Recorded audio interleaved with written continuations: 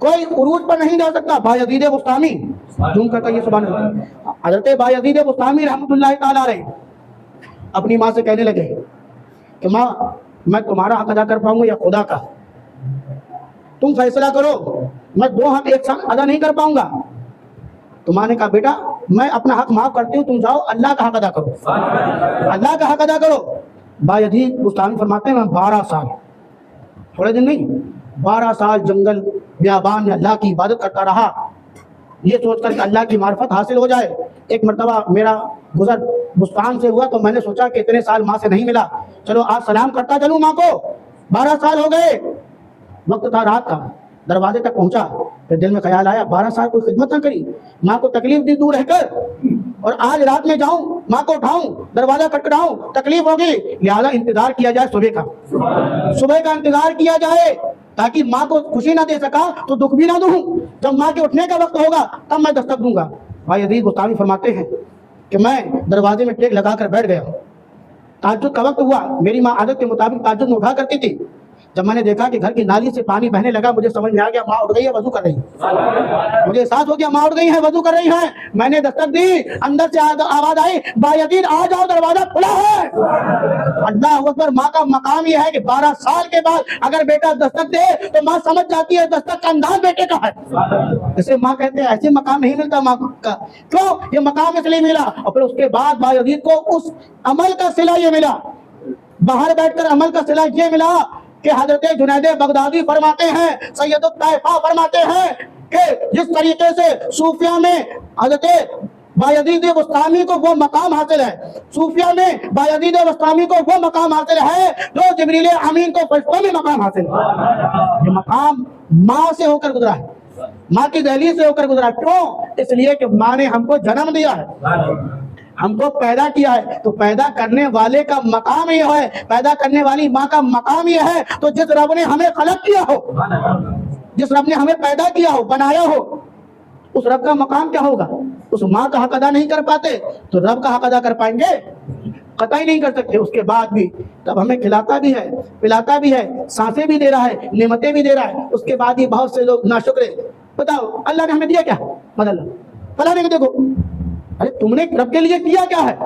پہلے تم یہ سوچو تم نے کیا ہے، کیا کیا ہے. تم کیا سمجھتے ہو 5 وقت کی نمازیں پڑھ لینے سے سب کچھ ہو جاتا؟ اللہ کو تمہاری عبادت کی ضرورت نہیں ہے، بلکہ تم جو سجدہ کرتے ہو تو اپنے مرتبے کو بلند کرتے ہو، کیونکہ جتنے انسان نہیں ہیں اس سے زیادہ تو اللہ کے فرشتے ہیں.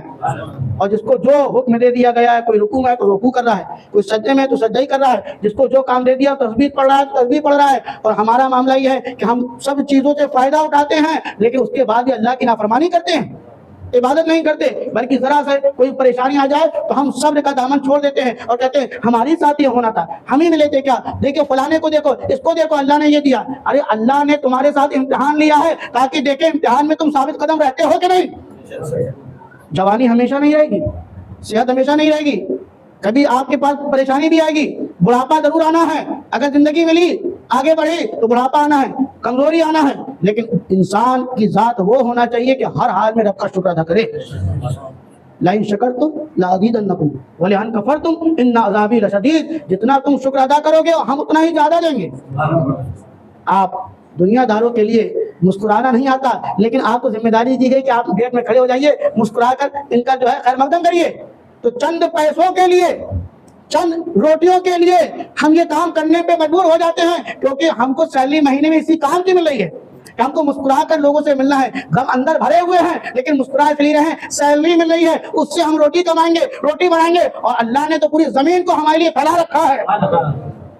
کیا اس کے بارگاہ میں ہم خوشی سے سجدہ نہیں کر سکتے؟ کیا اس کے لیے کوئی نیک کام نہیں کر سکتے؟ بندے کی ضرورت یہ ہے کہ بندے کو چاہیے کہ اگر ترقی کرنا چاہتا ہے، عزت پانا چاہتا ہے، عروج پانا چاہتا ہے تو دنیا دار کے آگے نہ جھکے، پروردگار کے آگے جھکے.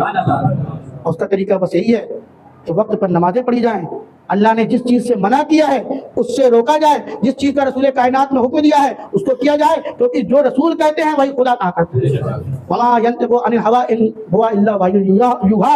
محبوب فرماتے ہیں، آقا فرماتے ہیں میں اپنی مرضی سے کچھ نہیں کرتا، وہی کہتا ہوں جو وحی الہی ہوا کرتی ہے.